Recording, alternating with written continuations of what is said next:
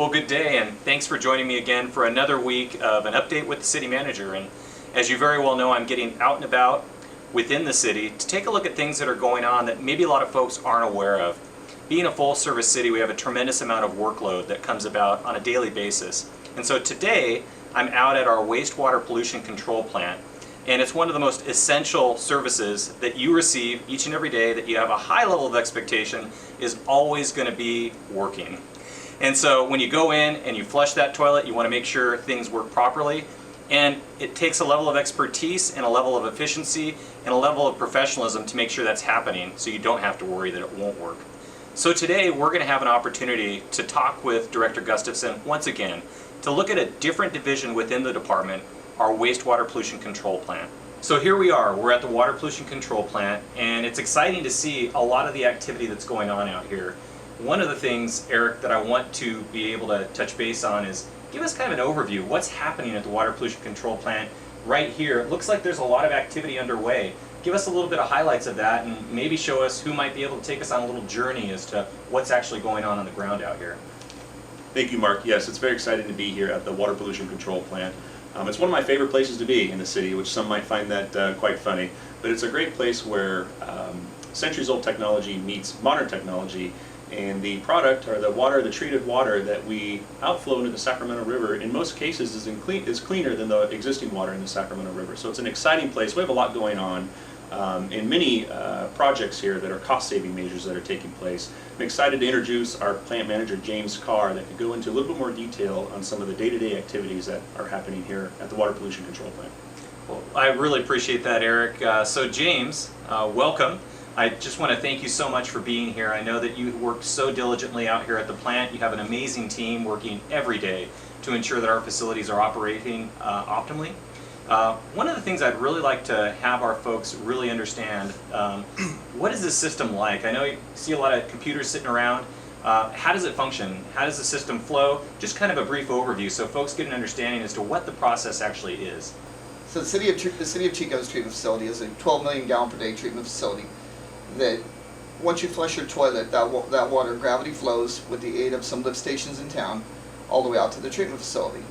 That water is treated by an activated sludge process that we have here that over a period of 20 hours to 24 hours treats the water to a level that meets all state requirements and then finds its way to our Sacramento River.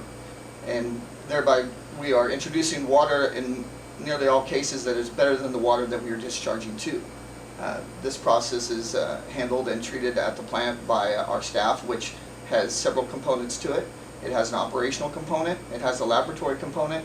We have industrial waste here that also handles the facilities within town that are industrial oriented, that have their discharge into our system.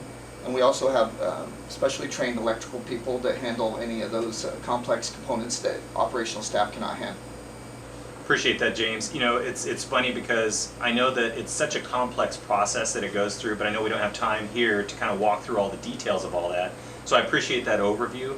I know that you had mentioned there's electricians out here. I know that there's a vast array of knowledge base and professional expertise that's necessary to operate that. Is it true that there's scientists out here as well? Kind of give a range of the different positions that are out here and the knowledge base that's necessary in order to make a plant like this operate effectively. Yes, the City of Chico wastewater treatment facility, due to its advancements and complex control systems, allow us to run a much smaller staff than a lot of facilities our size would be able to do. We employ several employees with high-level certification, from electrical certification to laboratory certification and operational certification. All these allow us to have highly skilled employees that allow us to also do our jobs in a very efficient way and keep costs down for the consumer. Yeah, you know, I've always been impressed. Every time I come out here, it's probably one of the cleanest facilities I've ever seen. You do a tremendous job. You and your team are just outstanding, and so we're so thankful for everything you're doing. I know everybody at home is thankful for what you're doing too. One of the things that a lot of folks ask about is the campfire. I know we had a tremendous inflow of population, which has largely been maintained in our city, and there was some concern voiced that we wouldn't be able to sustain the operations if we had a huge number of end users in our homes. And fortunately, we were able to sustain our way through that, and we're still maintaining that. Talk a little bit about that. I know that there was a heavy increase in flow. Where are you at on that, and are we still able to sustain this system for the long term currently where we're at? Yes, so the campfire did cause an initial surge impact to the facility of around 16% of a flow increase. But due to the capacity that was built into this facility, we were able to absorb all that within the plant's natural treatment abilities, that it didn't impact us in a treatment or compliance situation. Those impacts of 16% kind of started to stabilize at around 10 after the initial surge of the campfire. Currently, everything is going extremely well. Those flows have kind of more stabilized in the 5 to 8% increase lately, and but there's been no issues when it comes to treatment, for the city of Chico. Well, that's good information to have. I'm glad that we have that capacity, but I know there were some heavy costs that were associated with it, so great job of keeping up. It's a massive job to undertake, and I also know now that our students largely aren't here at Chico State. That also has contributed toward the slight reduction from that, what we were seeing is 10% increase, so thank you for everything you're doing.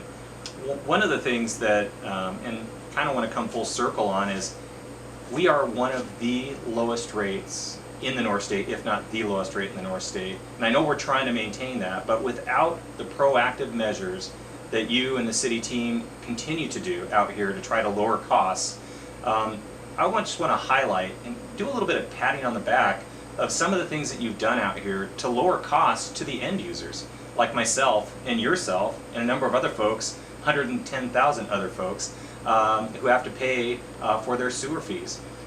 What are some of those things? I just looked out over my shoulder recently and I see this large area of solar. I see that as one of them.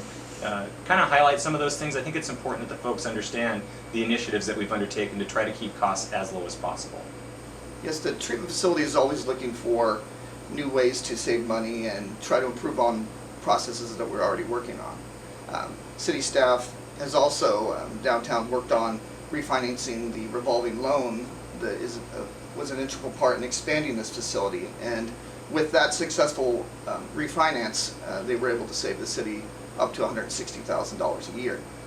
We also have other projects that are ongoing with the facility, working with PG&E on expanding our 1 megawatt solar that is already existing, that has been paid off and is saving the city a substantial amount of money, and working on expanding that even further to greater reduce our electrical costs. One project that I'm extremely proud of here is internal staff.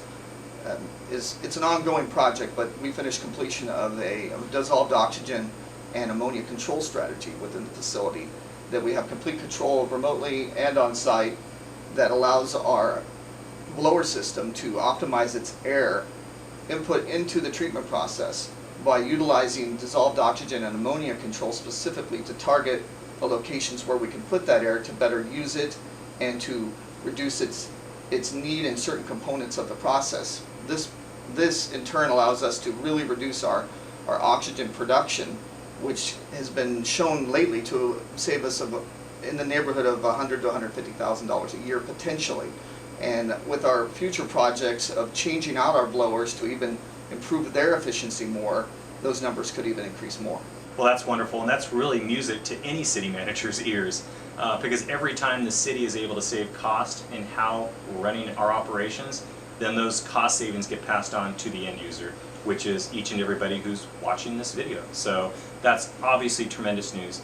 Thank you so much for the time that you've given us, and just an amazing opportunity to take a look at the city, its vast operations, what's going on, and I hope that this glimpse into our water pollution control plant allows you to better understand another vital component to what the city does each and every day. Next week I'll be out somewhere else sharing a little bit more on some initiatives that are underway. But in the meantime, I hope you enjoyed this one, and I hope you have a wonderfully blessed day. Thank you for joining us this week.